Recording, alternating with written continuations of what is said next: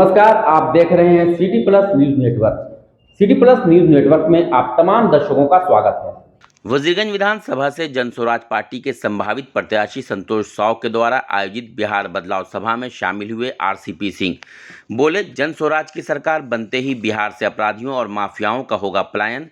हम जनता को जगाने के लिए लड़ रहे हैं लड़ाई।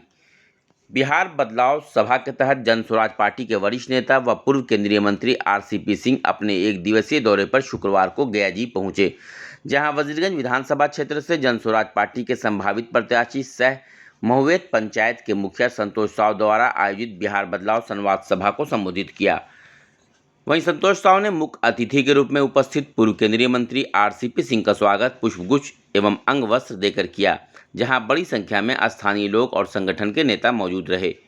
बिहार के गयाजी में जनस्वराज पार्टी के वरिष्ठ नेता व पूर्व केंद्रीय मंत्री आरसीपी सिंह ने मीडिया को संबोधित करते हुए कहा कि बिहार में जनस्वराज की सरकार बनते ही अपराधियों और माफियाओं का पलायन होगा। बिहार को बदलना है, यहाँ लूट खसोट हुआ है, दूसरी पार्टियां आपको धोखा दे रही हैं। बिहार की जनता को जगाने के लिए हम लड़ाई लड़ रहे हैं। उन्होंने कहा कि 40 वर्षों से बिहार को लूटा जा रहा है। बिहार में इस समय अपराधियों का मनोबल बहुत बढ़ा हुआ है। नीतीश कुमार अपराधियों को रोकने में पूरी तरह विफल हो चुके हैं। नवंबर में जनस्वराज की सरकार बनते ही अगर किसी का पलायन होगा तो वो बिहार के अपराधियों और माफियाओं का होगा।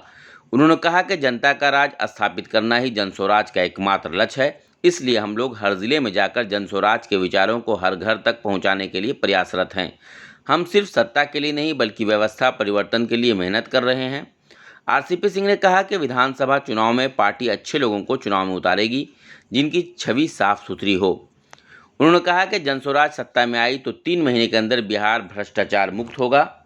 बैठक में जनस्वराज पार्टी के वरिष्ठ नेता एवं पूर्व केंद्रीय मंत्री आरसीपी सिंह के अलावा जिला अध्यक्ष भवानी सिंह, मुख्य प्रवक्ता रवि बर्नवाल, विधानसभा प्रभारी संतोष सिंह, जिला प्रवक्ता अमित कार्तिकेय, प्रदेश कोर कमेटी के सदस्य डॉक्टर विपिन यादव, विभूति जी, छोटन साव, सत्येंद्र सिंह, बजरंगी सिंह, पुष्पा देवी, रविंद्र सिंह, सुरेंद्र साव, आनंद कुमार, चंदन कुमार, विजय भारती, संजय साव, मनोज साव, सुनील डायमंड, पिंकी बाबा सहित जनस्वराज के जिला से लेकर प्रखंड के सभी नेता मौजूद रहे।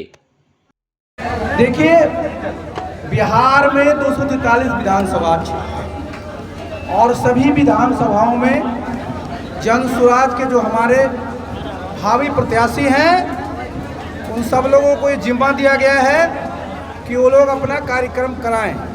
और आज यहाँ उसी क्रम में ये कार्यक्रम आज यहाँ कराया गया। तो हम लोगों का जो लक्ष्य है कि भाई आज चुनाव 3 महीना अभी बाकी है, तो हमारे जो कार्यकर्ता हैं, हमारे जो साथी हैं, उनका मनोबल बढ़ा रहे, उनमें काम करने की क्षमता में बढ़ोतरी होती रहे। उसके लिए ज़रूरी है कि बैठकों का दौर चले, नेताओं के साथ बातचीत हो, संवाद हो और जनता है उसके साथ भी संवाद हो, जिससे कि 2025 के चुनाव में जनस्वराज का बहुत अच्छा प्रदर्शन हो।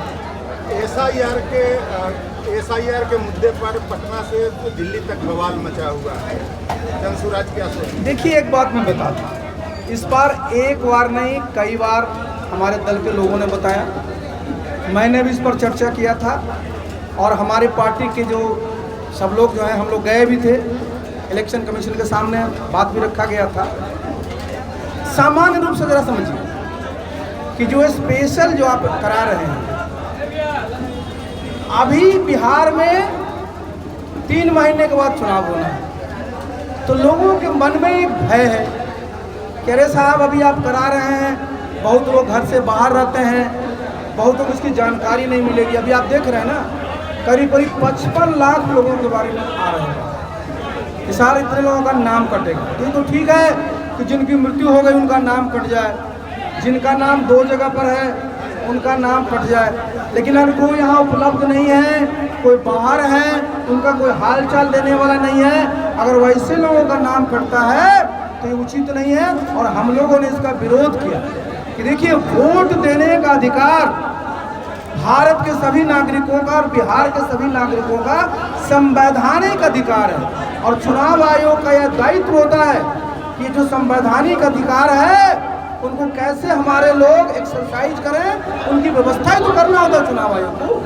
तो लोगों में इस प्रकार का जो एक भय है चुनाव आयोग को इस प्रकार का काम करना चाहिए।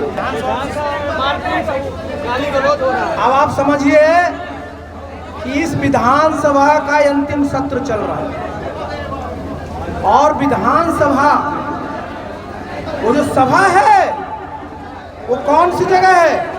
वहाँ जो है देश के प्रदेश के हमारे जितनी समस्याएं हैं उनका कैसे निपटारा हो, निराकरण हो, उसके लिए नीति बनाने की जगह है। और उस पर कभी चर्चा नहीं होती, कभी चर्चा नहीं होती। चर्चा किस बात की होती जो आप रोज देखते हैं, तो बड़ा ही दुर्भाग्यपूर्ण। भाई आप जरा समझिए, जो विधायक लोग हैं उनको कैसा लगेगा? 5 साल हो गया, बहुत सारे तो मैं बता रहा हूँ ऐसे विधायक भी होंगे जो डिबेट में हिस्सा भी नहीं ले पाए। बिहार में क्राइम बढ़ा है, बिहार में वो तो स्पष्ट है। देखिए, आपको डाटा में जाने की जरूरत नहीं है, सरकार की तरफ से डाटा दिया जाएगा, लेकिन परसेप्शन है ना, जिस प्रकार की घटनाएं दिन दहाड़े राजधानी पटना में हो रही है, प्रमुख जगहों पर हो रही है, 2005 और 10 में ऐसा नहीं। तो इस प्रकार क्यों हो रहा है? क्योंकि सरकार का इकबाल कहीं न कहीं घटा है, और जब सरकार का इकबाल घटता तब इस प्रकार घटनाएं होती है। आज बजरगंज विधानसभा बजरगंज प्रखंड मुख्यालय में जन स्वराज पार्टी के लिए आज एक जनसभा रखा गया था, जिसमें हमारे यहाँ मुख्य अतिथि आरसीपी सर आए हुए हैं। और ये जो सभा रखा गया है, और सभा में ये बात बताना है कि 35 साल से जो हमारे यहाँ विधायक बनते आ रहे हैं बजरगंज विधानसभा में, गरीब गुरबा शोषित वंचित बिल्कुल रह जा रहा है, लेकिन इनको जा कर के घूम कर के देखने का काम हमारे क्षेत्रीय विधायक जी नहीं करते हैं। तो हम तो यही उम्मीद करते हैं कि कोई विकल्प नहीं था। लोग कहते थे कि वोट किसको दें, कोई विकल्प नहीं है, चाहे तो बीजेपी को दें, चाहे तो हम कांग्रेस को दें। हाँ, तो तीसरा विकल्प के रूप में हमारे जन स्वराज पार्टी आ गया है बिहार में, और बजरगंज विधानसभा से हम संभावित प्रत्याशी भी हैं, और जनता को आवाज़ को उठाने के लिए ही हम आए हैं। और जनता इस बार ठान चुका है कि बजरगंज विधानसभा का हम लोग बदल के रखेंगे। बात समझिए, कार्यक्रम का बात नहीं करेंगे। आज जो ये वोटर लिस्ट पर जो काम हो रहा है, व्यक्तिगत मेरा परिवार प्रभावित है। मेरे घर में 24 वोट है, जिसमें 4 लोग मात्र गया में रहते हैं और 20 लोग पलायन किए हुए हैं। कोई दिल्ली, कोई बंगाल, कोई टाटा में नौकरी कर रहा है, और उन लोग नहीं आ पाएंगे, उनका वोट नहीं चढ़ पाएगा तो देश के नागरिक नहीं रहेंगे। ये एनडीए खेल क्यों खेल रही है? पहले ये समझ लीजिए कि गिरते पड़ते तो 120 सीट आया, सरकार बनाए। आज मुख्यमंत्री महोदय एकदम अचेत अवस्था में चले गए। 2 दिन पहले कह रहे हैं, मंत्री बोल रहे हैं लालू जी को, मुख्यमंत्री बोल रहे हैं तेजस्वी जी को, तो अचेत अवस्था में चले गए हैं। तो इन लोग जितने चौकड़ हैं, ये सब लोग उपाय निकालें प्रवासी मजदूर को लेकर के। तो आज हम लोग इस चीज़ को बात कर रहे हैं। दूसरा, आपके माध्यम से कहना है खास करके बीजेपी वाले को कि गया जिला में 10 विधानसभा है, 10 विधानसभा में आज तक किसी भी वैश्य को एक भी टिकट नहीं दिया। बीजेपी 22% का वोट बिना शर्त बिना खर्च की लेती है, और एक भी टिकट नहीं दिए पूरे 10 विधानसभा में। गया एवं आसपास की खबरों से अपडेट रहने के लिए हमारे चैनल को सब्सक्राइब जरूर करें, और फेसबुक पर देखने के लिए श्याम किशोर जर्नलिस्ट को फॉलो करें।